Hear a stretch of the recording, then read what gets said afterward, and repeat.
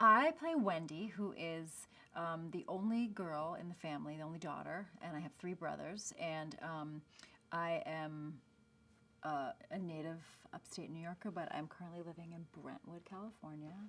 That's why my hair is so long.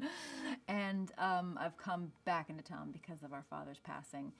And she's a little bit, not spoiled, but she's sort of a little bit shut down and sarcastic and kind of not wanting to face some of the painful emotional things about being home, going back to her hometown.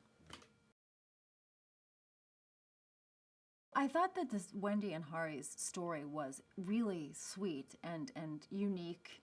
It was not a story I had seen in a movie before, and yeah, that their specific story was what really appealed to me the most about the movie, about being in the movie, and the fact that we get to like goof around and do these scenes where all of us are talking and improvising with Ben Schwartz and fighting and being ridiculous, but then there also is this kind of nice emotional thread through the movie. It was really appealing and a nice challenge.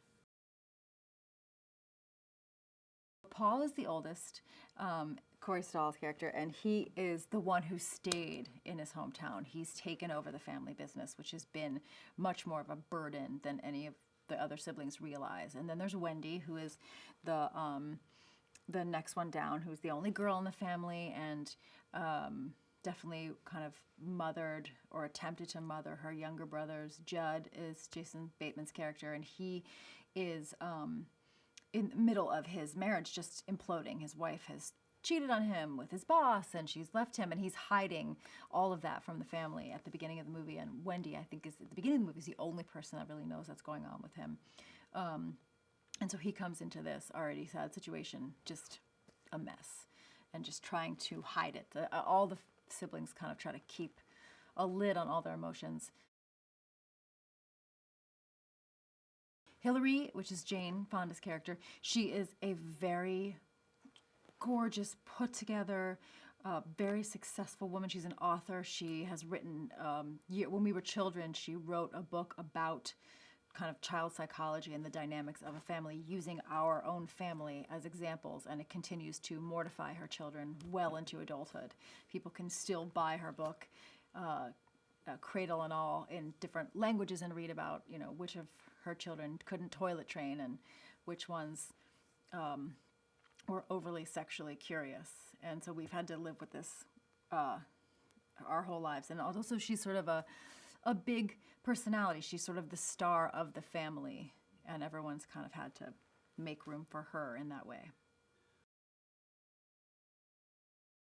The thing about families is you're at your most comfortable with them in some ways, and yet they also have the most damaging goods on you. They know everything about you.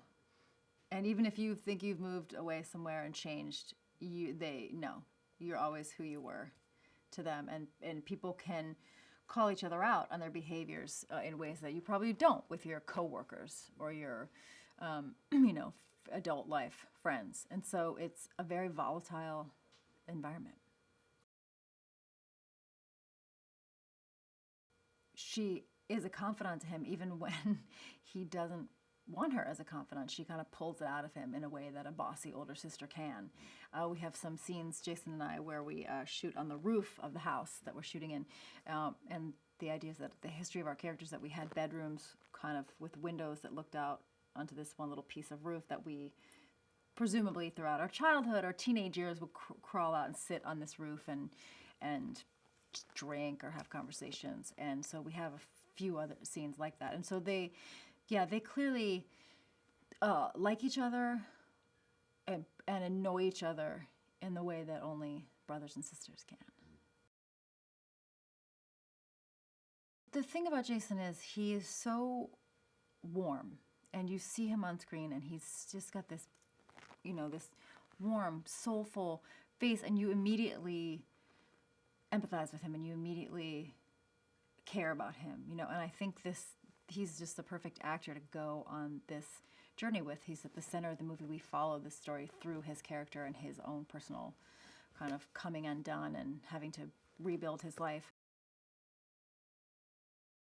I think at the very core of it, it's kind of about family, and I think it's also about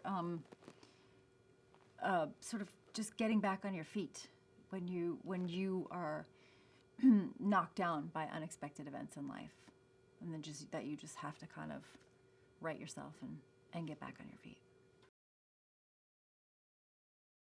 Ben's is a really funny improviser, and he plays a character, a guy that we all went to high school with, but now he is the rabbi in our town, and so we all kind of know him by his high school nickname, which is Boner, for reasons unexpressed but easily imagined.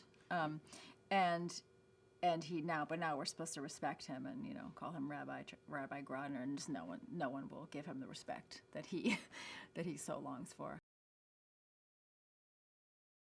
People who are fans of the book, I think they'll be very satisfied in how true it is to the book.